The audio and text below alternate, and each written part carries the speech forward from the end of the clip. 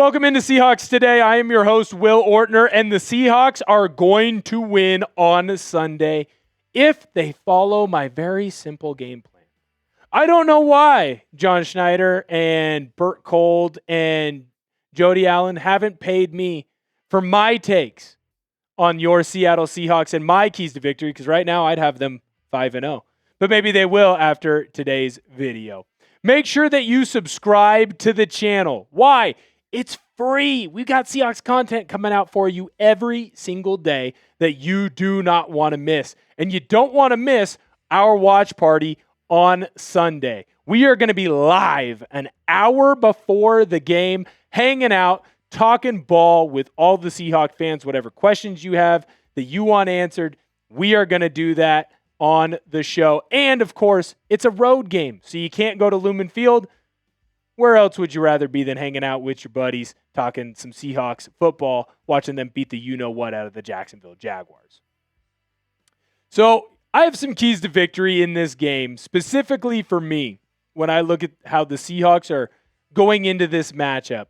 I think that there are 4 different ways that they can beat the Jaguars, a couple on offense and a couple on defense. I think the most important thing that the Seahawks can do, though, feed the beast, man.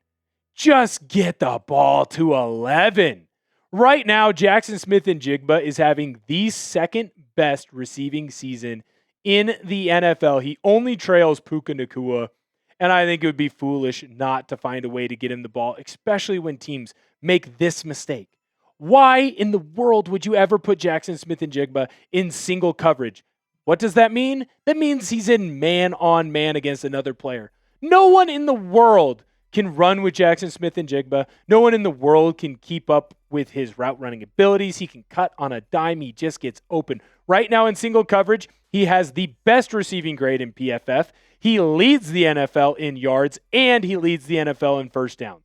That's insane. Teams would be foolish to put him in single coverage, yet they continue to do so. He's been unstoppable. I went through his last 2 years of football. In his last 14 games, he has had 12 of them where he went over 70-plus receiving yards. This year, he did it in every single game.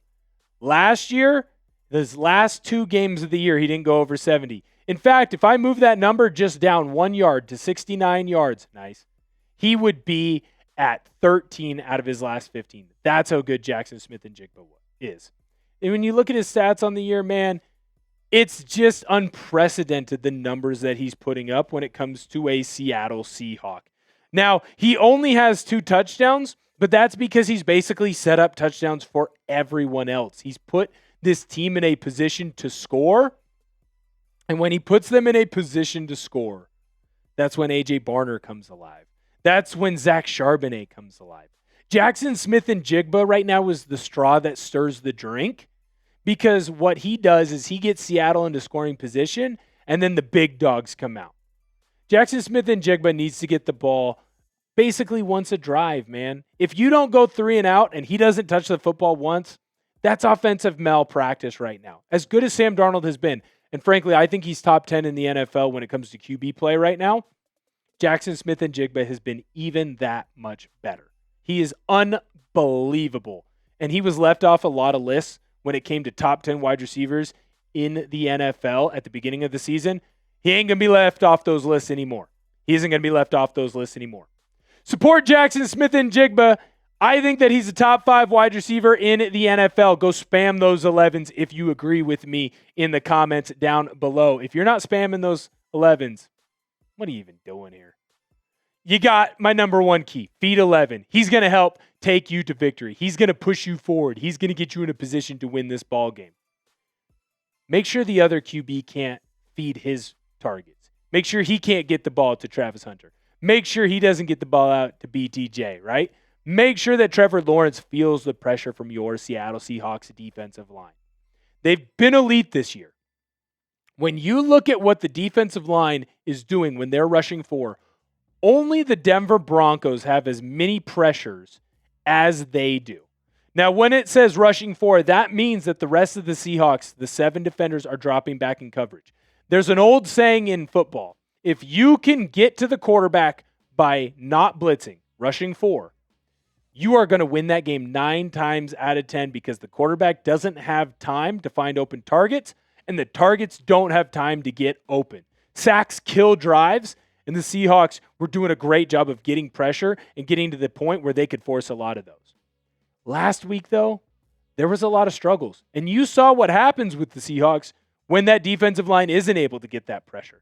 There's been a lot of discourse right now that Mike McDonald needs to start blitzing more. And he did eventually at the end. I would have liked to see him start bringing more fire zones early on. Once it became clear that Tampa Bay was going to have 7 offensive linemen sit in and pass pro for Baker Mayfield. But I still think that this Seahawks defensive line can get it cooking, especially as you get DeMarcus Lawrence back, fingers crossed, from injury. You only got 1 sack last week. That's the difference. Weeks 1 through 4, you were getting in the backfield. You were leading the NFL in pressures. You were getting sacks. You were making big plays. You were making opposing QBs feel uncomfortable. Do it again this week. You can't have a repeat of last week and only get 1 sack. You got lit up by Baker Mayfield. Now, Trevor Lawrence here has only been sacked 6 times, but most of that is on Trevor Lawrence. Now, the offensive line in Jacksonville is good. Don't get me wrong. We'll get into their rushing attack here in a little bit. But what they do a great job of in Jacksonville is getting the ball out of Trevor Lawrence's hand fast. 2.6 seconds is faster than what most defensive lines are going to be able to cause pressure and cause havoc for Lawrence. So how do you give the defensive line more time to get there? Well, you lock down in coverage a little bit better. But more importantly, as a defensive lineman, if you're not going to get there, get your hands up. Get your hands up and knock balls down. If you knock balls down early on Trevor Lawrence, that's going to force him to pat the ball a little bit. If he passes the ball a little bit, you're going to be able to get back in there and cause a lot of pressure for Trevor Lawrence. Hey, he's got 5 interceptions on the year. Why don't you force a couple?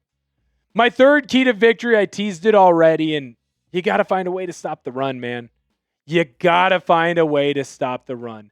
This rushing attack for Jacksonville is sneaky really good. I don't know if you know this because it surprised me when I went through all of the information that I needed to go through, but right now, Travis Etienne Jr., he is the 4th leading rusher in the NFL. Etienne has finally looked like the running back that everyone thought he was going to be out of Clemson. He only has 77 carries on the year, which isn't that insane. But that average, that 5.8 yards a carry is pretty freaking crazy.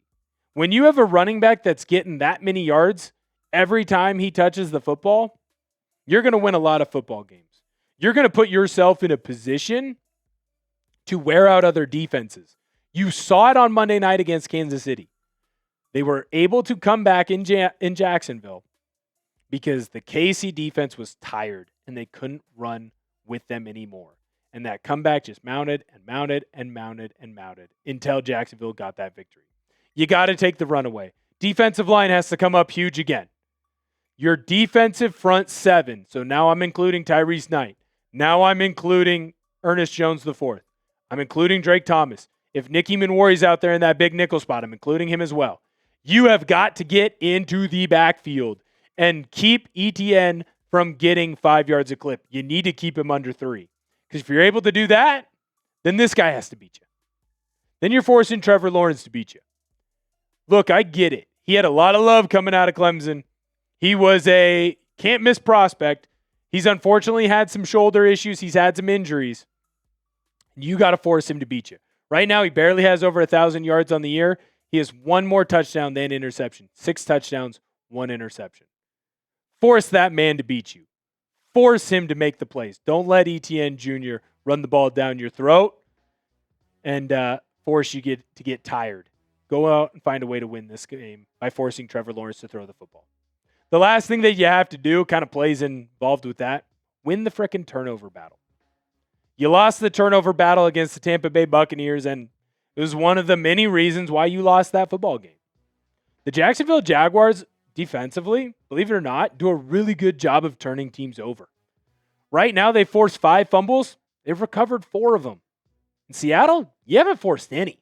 There's not been a single forced fumble for your Seattle Seahawks, let alone 1 recovered. And Jacksonville has 10 interceptions on the year. That means that Jacksonville has 14 turnovers in that defense. They're going to be coming in. They're going to be punching at the ball. They're going to take chances, try and go for interceptions.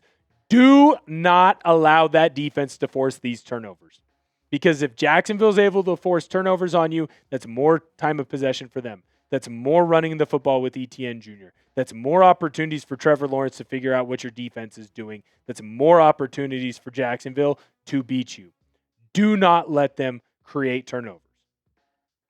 Now, when you look on the flip side, do not, and I mean do not,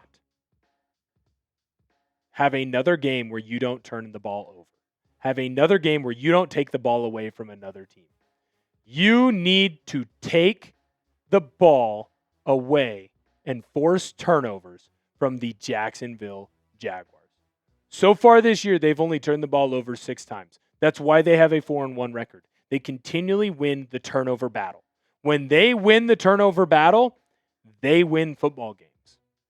You win the turnover battle in this game. You create multiple interceptions. You force fumbles. You take the ball away and get more time of possession to your offense. You keep their defense out on the field more. It's a simple thing. It's an easy thing to come in here and say, win the turnover battle. It's very important in any football game. It's the most important thing in this football game. These are my keys to victory. I got 1A, 1B, 1C, 1D. They are all the most important thing to me. Feed Jaxon Smith-Njigba. Get him the ball. Get quarterback pressure on Trevor Lawrence. Make him uncomfortable in the pocket. It leads to sacks or turnovers, which will be important later. Stop the run. Do not allow ETN Jr. to run all over you. He's 4th in the NFL right now. Don't let that offensive line get moving forward. And of course, win the turnover battle. Jacksonville has been elite so far this year in turning the ball over and forcing turnovers and not turning the ball over. You need to flip it around on them in this one.